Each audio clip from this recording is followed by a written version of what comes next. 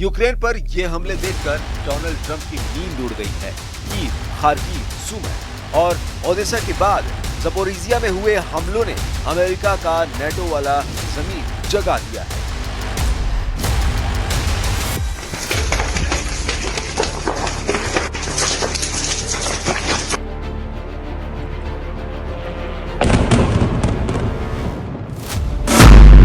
इसीलिए Donald Trump ने cease fire और युद्ध वाले विकल्प चक्र को बार बार घुमाया और इसका फैसला आया युद्ध। ट्रंप को एहसास हुआ कि अमेरिका को अब किसी भी सूरत में यूक्रेन को बचाना होगा, या कहें कि डोनाल्ड ट्रंप ने सीज फायर के बदले अब युद्ध को चुना है, या फिर उन्हें चुनना पड़ा है।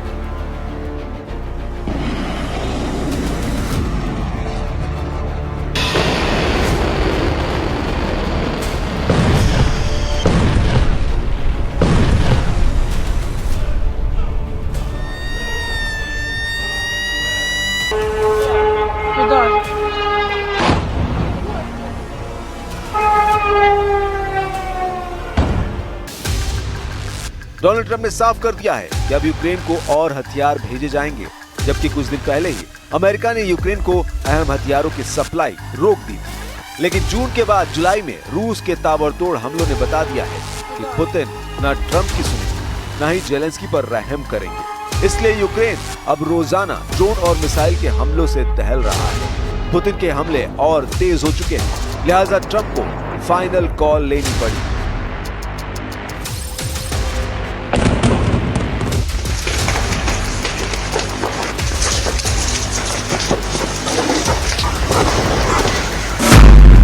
ट्रंप ने कहा कि अमेरिका यूक्रेन को और हथियार भेजेगा, यूक्रेन को अपनी हिफाजत करने का पूरा हक है।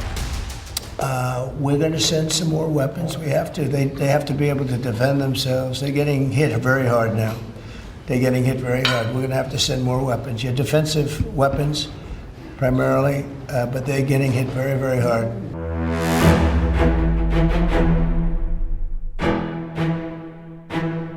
पूरी तरह बिखर चुके यूक्रेन के बाद पुतिन का एजेंडा अमेरिका के सबसे बड़े जंगी प्लेटफॉर्म को तबाह करना चाहता है। यूक्रेन में लगी आग अब बता रही है कि पुतिन अब आगे क्या करने वाले हैं। ओडेसा से लेकर खार्किव और सुमी से लेकर कैपिटल कीव, हर शहर को जलाकर रूस ने अपना नया टारगेट सेट कर लिया है।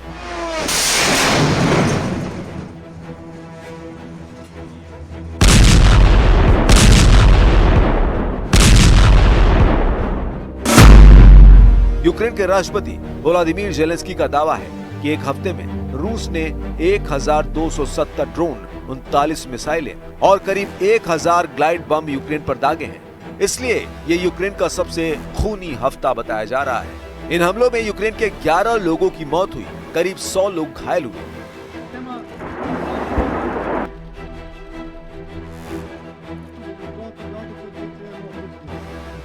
यूक्रेन की तबाही देखकर नेटो भी तेजी से जेलेंस्की के पीछे लामबंद होने लगा है। फ्रांस के राष्ट्रपति इमैनुअल मैक्रो ब्रिटेन के 3 दिन के दौरे पर आए हैं।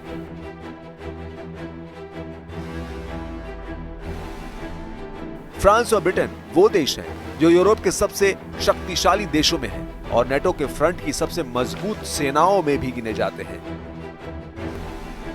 दोनों ही परमाणु शक्ति हैं और संयुक्त राष्ट्र सुरक्षा परिषद के स्थायी सदस्य भी।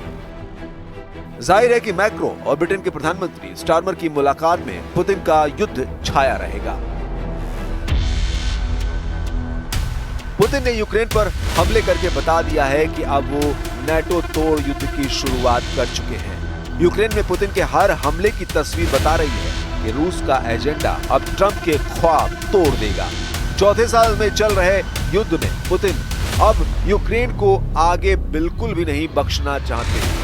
हर हमले के साथ उनकी फायर पावर लगातार बढ़ती जा रही है और यूक्रेन में अब तक 12,000 से ज्यादा लोगों का खून बहा चुकी है। यूक्रेन के हर बड़े शहर को पुतिन की मिसाइल और कामिकेज ड्रोन दहला रहे हैं और इन्हें रोकना अब जेलेंस्की के बस के बाहर की बात हो चुकी है। यही वजह है कि ट्रंप ने पुतिन को लेकर बहुत कड़वे शब्दों का इस्तेमाल किया है।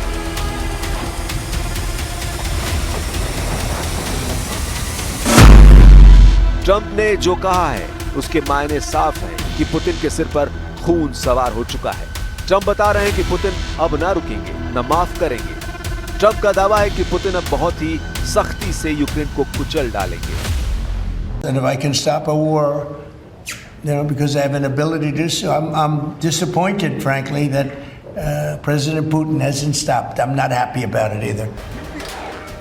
इससे पहले यूक्रेन में युद्ध को लेकर ट्रंप के ऑफिस में बड़ा अलार्म बजा था और ट्रंप के आदेश पर पेंटागन ने ऐसा फैसला किया, जिसके बाद जेलेंस्की के पैरों तले जमीन खिसक गई।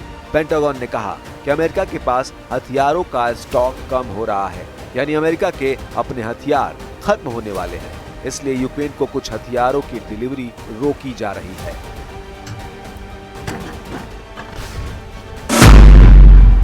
इनमें अमेरिका की पैट्रियट एयर डिफेंस सिस्टम की मिसाइल थी, हाइमार्स मल्टी रॉकेट सिस्टम के रॉकेट थे, हेल फायर मिसाइल और 155 मिलीमीटर वाली तोप के गोले शामिल थे। ये वो जरूरी एयर डिफेंस सिस्टम और उनकी मिसाइल शामिल हैं, जिनके जरिए जेलेंस्की पुतिन के ड्रोन और मिसाइल अटैक को रोकने में बहुत हद तक कामयाब रहे हैं।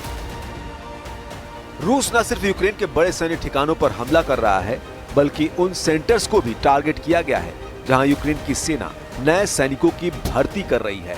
हालांकि इसके जवाब में यूक्रेन ने भी कई हमले किए हैं और रूस का दावा है कि जेलेंस्की की फौज ने 5 दिनों के अंदर 13 रूसी इलाकों पर 91 ड्रोन से हमले किए हैं। इससे पहले भी यूक्रेन ने रूस के सैन्य ठिकानों, तेल रिफाइनरी और हवाई अड्डों को ड्रोन से टारगेट किया है। सबसे खतरनाक तो जेलेंस्की का ऑपरेशन स्पाइडर वेव था, जिसमें यूक्रेन ने रूस के 4 एयरबेस पर 117 ड्रोन से हमला किया था और पुतिन के कई परमाणु बमवर्षक और फाइटर जेट तबाह कर दिए गए थे। जेलेंस्की की शिकायत है कि पुतिन अब कई देशों के साथ मिलकर यूक्रेन को तबाह कर रहे हैं।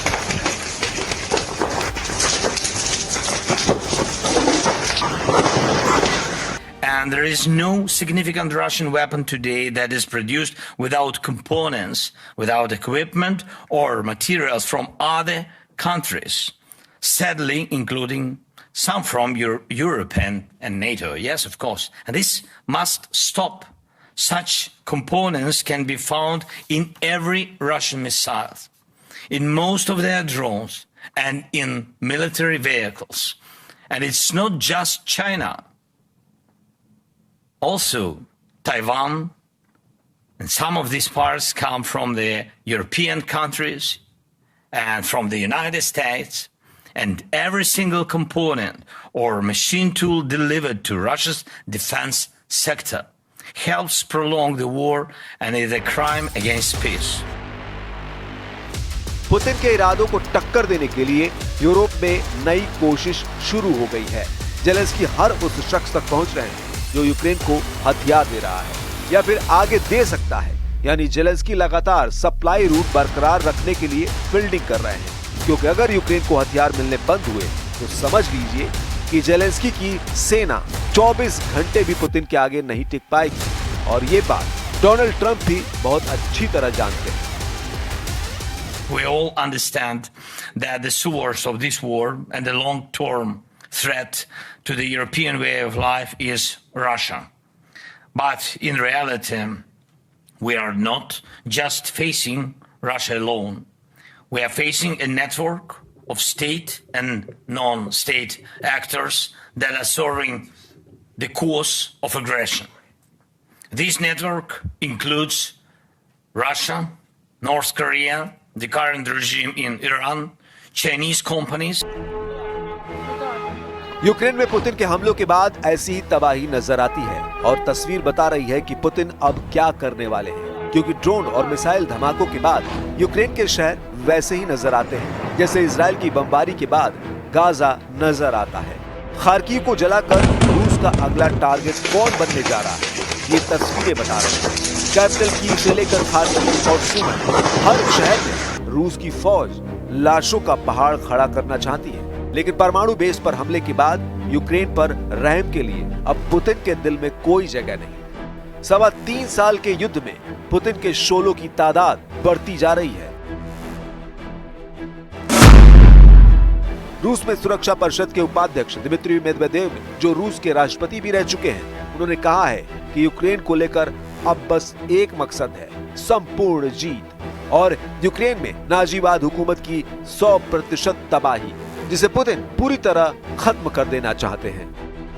पुतिन के लिए भी एक चौंकाने वाली खबर है। रूस के परिवहन मंत्री रोमन स्टोरोवोइट की मौत ने पूरे रूस में हड़कंप मचा दिया है। रूस के अधिकारी इसे आत्महत्या बता रहे हैं, लेकिन पुतिन के मंत्री की मौत की खबर उनके बर्खास्त होने के कुछ घंटों बाद आई। रूस की मीडिया का कहना है कि यह मामला कुर्स्क में डिफेंस वॉल के लिए दी गई रकम के गबन को लेकर हो सकता है, जिसकी जांच चल रही है। कुर्स्क में अगस्त 2024 में यूक्रेन की अचानक घुसपैठ के दौरान रूस का मोर्चा कमजोर साबित हुआ था और तब इसके लिए स्टारोवोइट को जिम्मेदार ठहराया गया। वैसे ये तो रूस के अंदर का मामला है, लेकिन फिलहाल चैलेंज बाहर देखा जा रहा है और इसमें सबसे बड़ा तड़का ट्रंप के फैसले ने लगाया है। यूक्रेन को हथियार सप्लाई फिर शुरू करके ट्रंप ने बता दिया है कि अब वो सीज फायर नहीं, युद्ध के पक्ष में है। ट्रंप ने इसका फैसला ऐसे वक्त किया जब वो युद्ध रोकने वाले अपने दावों को चीख चीख कर दुनिया के सामने बता रहे हैं। हालांकि अब सबकी नजर पुतिन पर है। रूस में परमाणु बेस पर हमले ने पुतिन को बड़ा झटका दिया है, इसलिए यूक्रेन पर रहम के लिए अब पुतिन के दिल में कोई जगह नहीं है। खार्किव और ओदेसा पर हो रहे ड्रोन हमलों और मिसाइल अटैक ने जेलेंस्की को चारों खाने चित कर दिया है। हर तरफ आग और आग बुझाने की कोशिश लगातार जारी है, लेकिन ये आग इसलिए नहीं बुझ रही। 3.25 साल के युद्ध में शोलों की तादाद बढ़ती जा रही है। अब पुतिन के बाद इस युद्ध की आग में ट्रंप के फैसले ने पेट्रोल डालने का काम कर दिया है।